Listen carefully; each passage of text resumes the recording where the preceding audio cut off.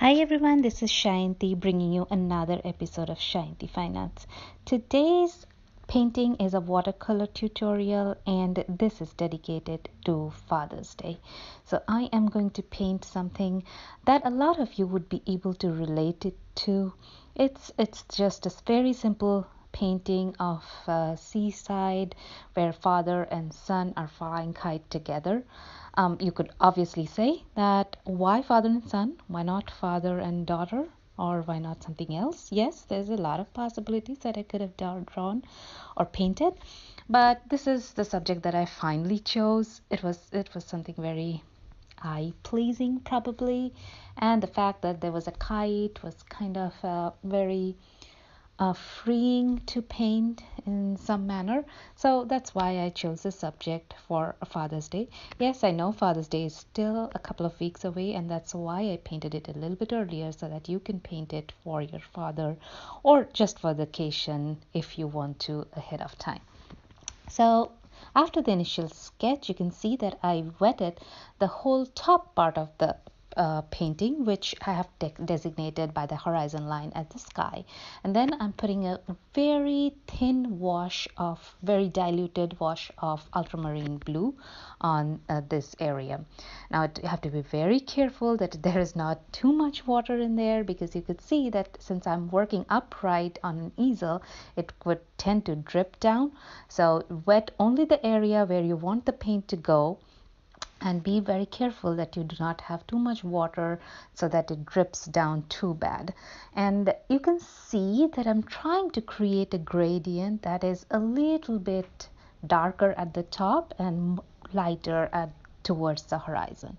Now I'm taking a damp brush which has no paint whatsoever on it and kind of creating some cloud effects or kind of shapes of clouds in the sky.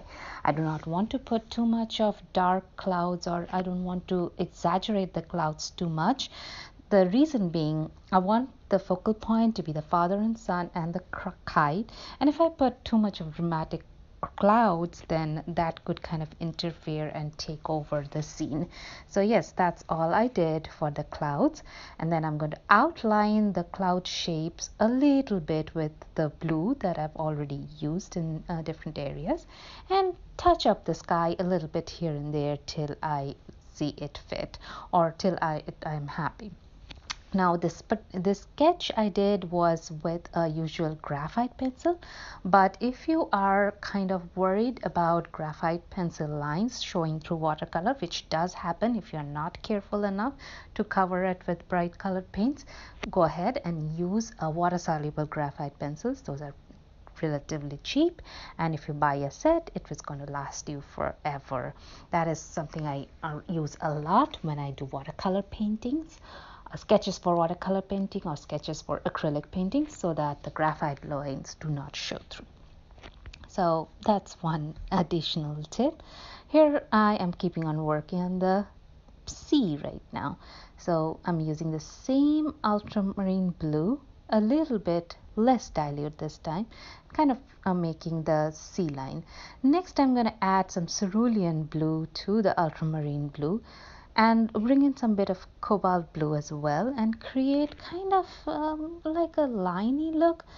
Typically with watercolor you want a very blended look, but I want this area to have a hint of water effects or the wave effects. So I'm adding a little bit of ripples here and there and not blending everything completely.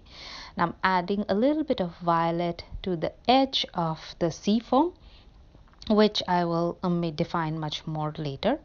Now to the sand area, I'm first adding a very dilute layer of burnt umber, and then I'll come back with a little bit of red, which is scarlet red, and add it to the burnt umber, but I'll fix that later.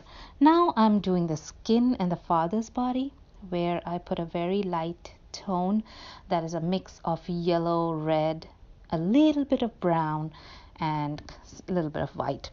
And then I'm adding the shadows with adding a little bit of brown or burnt up or burnt sienna, whichever you want, to that mix. I'm also using a little bit of purple for the shadows.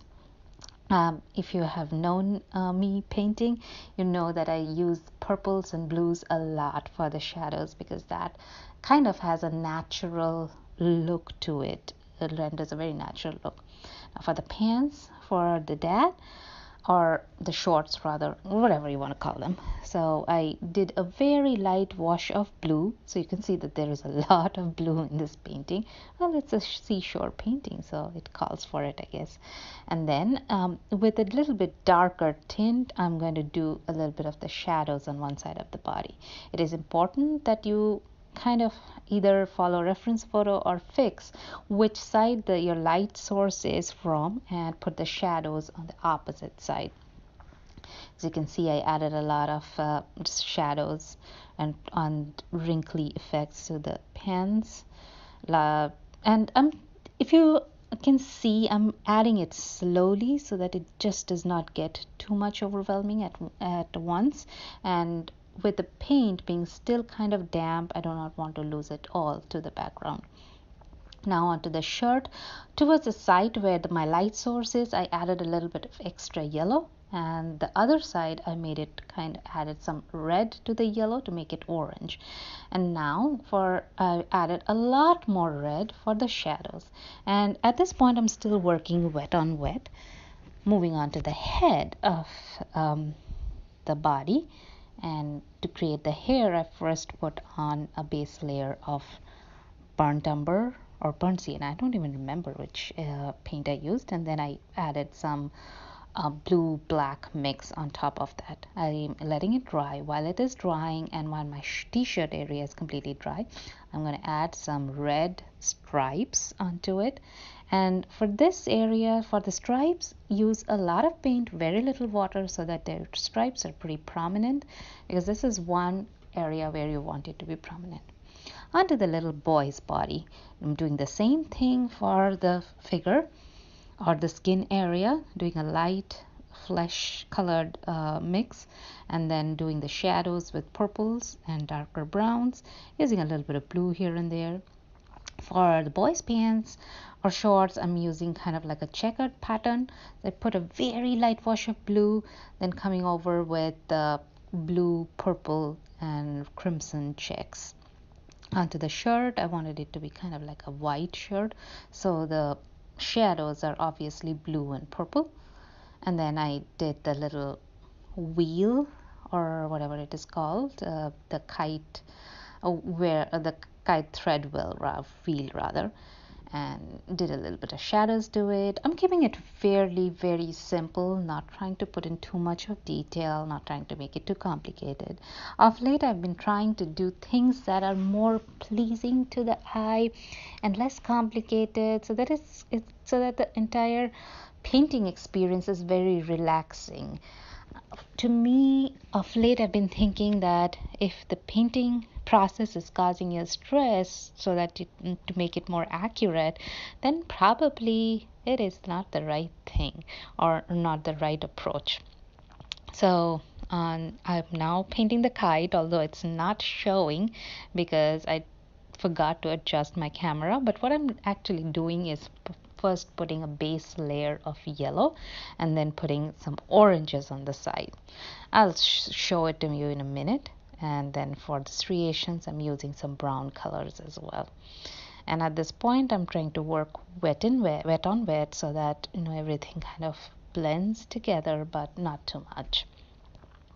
It is very important to understand in watercolors when to work wet on wet to get a nice blending, and when to actually let the paint dry to get nice bold brush strokes and lines. Drawing a few thread lines, kind of like ribbons flowing from the kite. I did not actually paint the thread from the kite to the kite hand, but you can do that. I personally thought that in this level of a painting, it probably should not show through. That is pretty much it to that painting. Add a little bit of detail here and there, and you're good to go. Let me know what you think about this painting and share your thoughts in the comments. I'll see you next.